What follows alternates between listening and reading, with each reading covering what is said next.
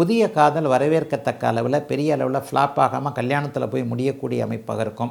Social மீடியாவில் பெரிய பேர் எடுக்கணும்னு நினைக்கக்கூடிய மகர ராசிக்காரர்கள் எல்லாருக்குமே இந்த மாதம் மிகப்பெரிய நல்ல மாற்றங்கள் இருக்கக்கூடிய மாதமாக கண்டிப்பாக இருக்கும். இன்ஸ்டாகிராமில் ரீல்ஸ் போடணும், யூடியூப்பில் வீடியோ போடணும், ஃபேஸ்புக்கில் சம்பாதிக்கணும்னு நினைக்கக்கூடியவர்கள் எல்லாருக்குமே நல்ல வழிகாட்டுதல்கள், அதற்கான ஐடியாக்கள் வரக்கூடிய தன்மைகள் கண்டிப்பாக உண்டு.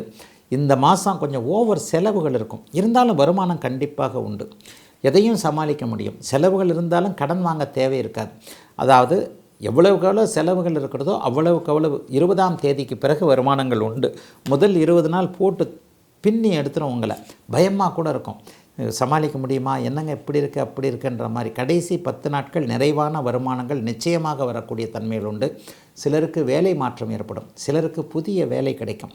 வேலை போனாலும் கவலைப்படாதீங்க, தொழில் ஆரம்பிக்கிறதுனாலும் ஆரம்பிக்கலாம். வேலையே இன்னொரு நல்ல வேலை, அதிக சம்பளத்தோடு கூடிய வேலைகள்லாம் கிடைக்கக்கூடிய அமைப்போல் இருக்குது. ஆகவே எதிலும் அத்தனை மகர ராசிக்காரர்களுக்கும் நிறைவுகள் இருக்கக்கூடிய தன்மைகள் உண்டுங்க. வெளிநாடு வெளிமாநிலம்னு தூர இடங்களில் இருக்கிறவங்களுக்கு இருக்கிற இடங்கள்லேயே வீடு வாகனம் போன்றவைகள் அமையக்கூடிய நல்ல மாதங்க இந்த மாதம்.